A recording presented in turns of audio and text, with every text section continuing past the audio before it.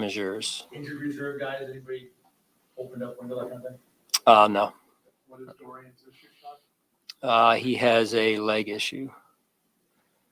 So, Ed, just to clarify, Ed, Milano, and Spencer Brown all limited to. Correct. Hey, Sean, special teams, you always preach it, how important it is. This team you're playing has done a pretty good job with the return game especially. Yeah. Just what do you have to do to be prepared for what they can do on special teams? Yeah, they've built a really explosive roster. They've got a lot of team speed, in particular at the returner position. I think they've got 3 or 4 returns for touchdowns if you include the preseason as well. So very impressed by what they've done, and we're going to have to play a great game on special teams for sure. What do you in coverage?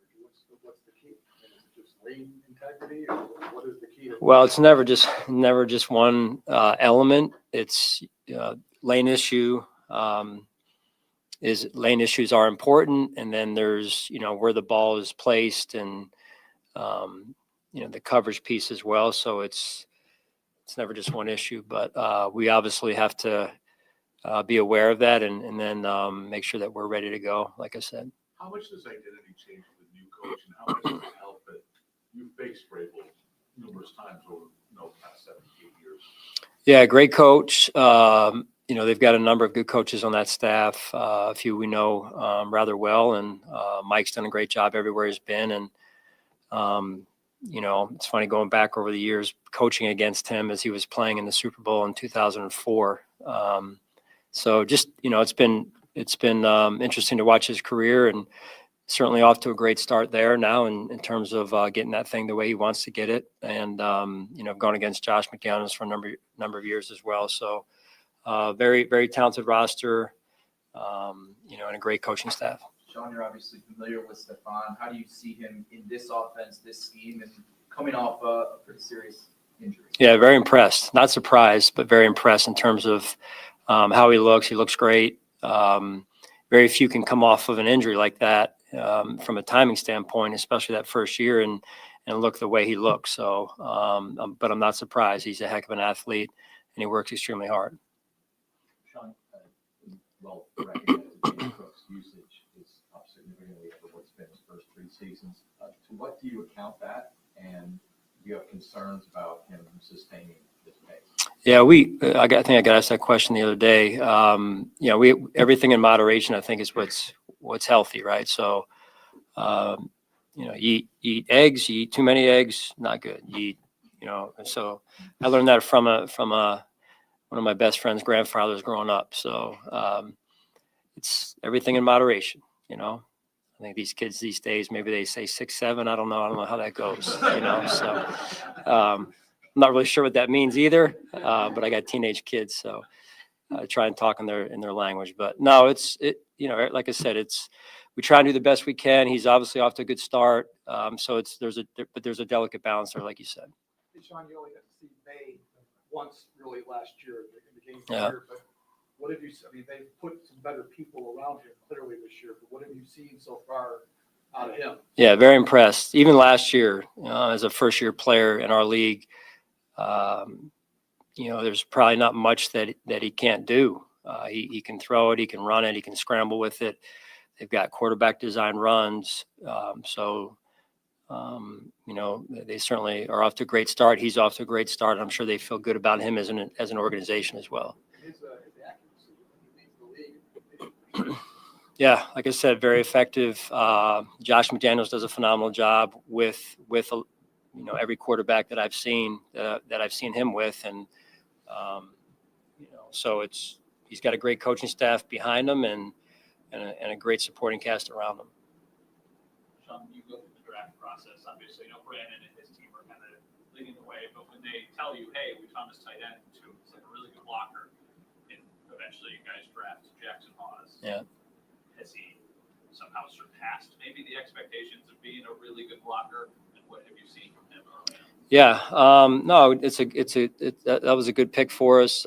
It's early, but that was a good pick. He's wired the right way. Football is extremely important to him. And then from there, I think Rob Boers has done a phenomenal job too of developing Jackson and understanding, getting him up to speed as quickly as he has in in our system here. So, and then those players, as I mentioned before, the Dawson Knoxes, the Dalton Kincaids, and those around him, around Jackson, have done a great job of, I think, educating Jackson on how this works in our system and kind of the ins and outs of the day-to-day grind. Speaking of tight ends, what have you seen in the growth process of Dalton Kincaid coming off an inconsistencies and just how it ended in that UFC championship game, to see what he's done to build his confidence and maybe bulk up, I guess, maybe this season, what his production was. Yeah, off to a good start.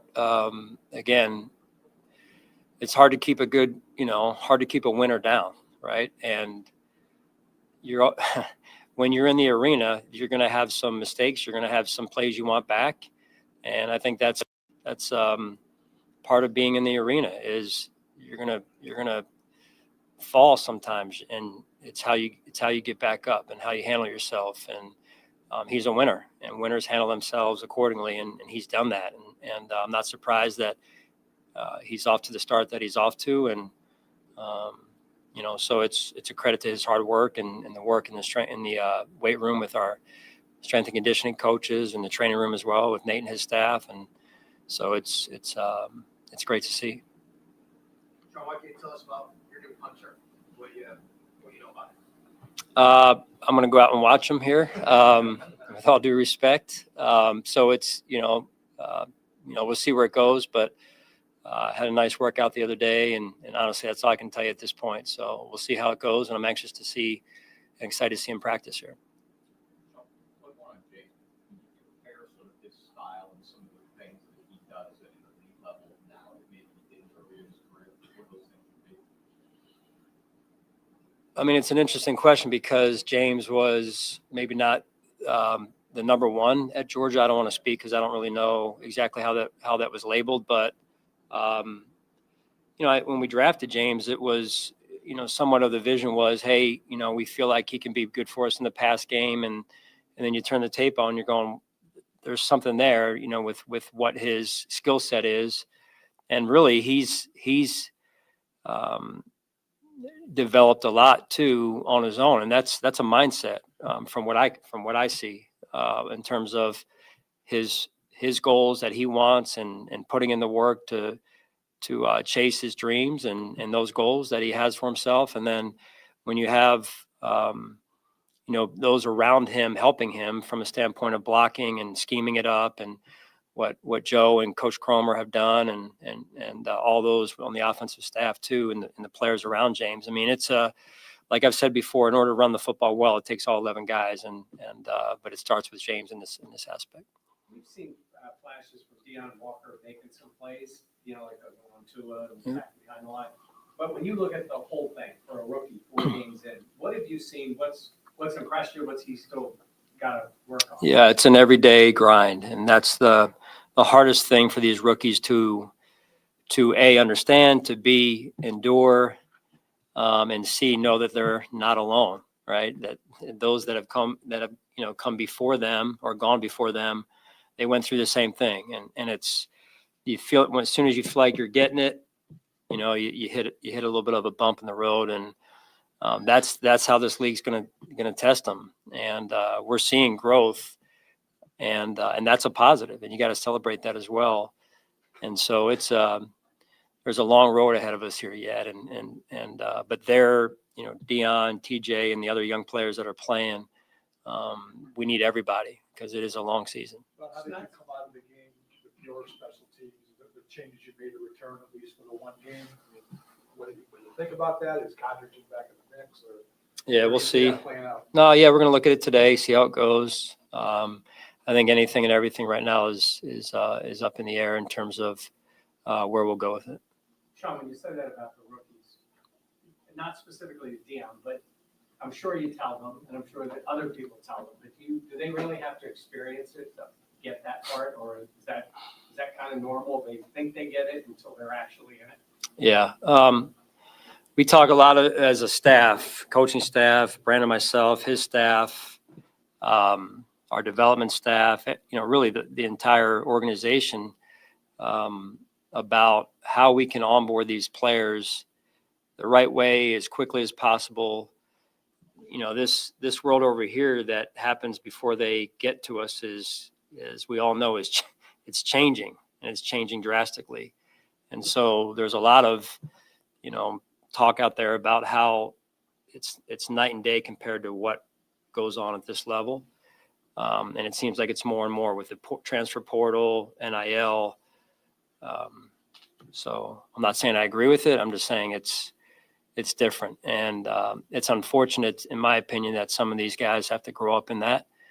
Because I don't think they're really being taught true life skills, to be honest with you. So that's part of the onboarding process. And then to your question, exactly, it's until you go through your first year, you haven't really gone through it. You think you're going to, but you don't know. And I mean, 20 some plus years in this league for many of us, it's almost undefeated in that way. So Coach Drake May has been the best quarterback in the league on third down through the first month of the season. Obviously, you prepare for third down every week, but when you see a quarterback that efficient, that effective, does it prompt you to spend even more time? Yeah, I mean, yes. Obvious answer is yes. He's really good, and like I said, Josh McDaniels, this isn't his first go around. He had a great chance to sit out last year and just kind of study, and he's got a great coach on his hip right there, and he's being taught well, and like I said, he's got good supporting cast around him, so they're doing a really good job of taking a young quarterback and bringing him along the right way. Sean, Bobby said a couple days ago that there was a challenge, that's the word he used, with Greg Rousseau last week after the start that maybe wasn't what everybody wanted. How is that conversation different for a guy who's been productive, who's been consistent, who's been dependable, who's been paid, as opposed to a younger guy who hasn't been all those things? Well, you coach each player. You want to be as consistent as possible and from player to player. But coaching each player is a little bit different because of the situation they may be in. And for some of them, like Greg, trust has been built up over the number of years he's been here. But everybody needs reminders once in a while. You got to be able. It's kind of like going back to conversation about players before they get here. We coach them. So, and that means we love them, and that means we tell them the truth, and that's important in terms of growth. And so I don't think it's anything fancy or whatever, but it's just, if there's an area that we need to improve, then we need to address that area. And that's what we try and do, even same with a young player. But the trust that Greg has built, I would say, is a little bit different than maybe a rookie coming in. So they're two different situations.